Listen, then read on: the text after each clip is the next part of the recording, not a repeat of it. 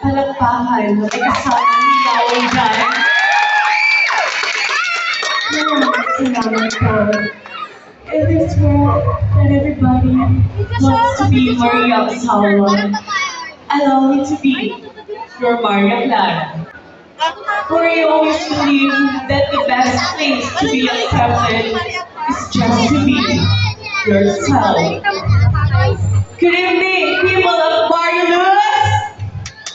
This woman standing in front of your naked eye is a fresh and an innocent 19 years old daughter, hailing all the way last from my humble and beloved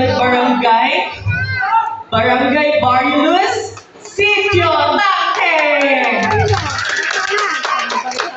This is Cyril Haban, who lives in saying that a man without ambition is like a rolling stone without direction.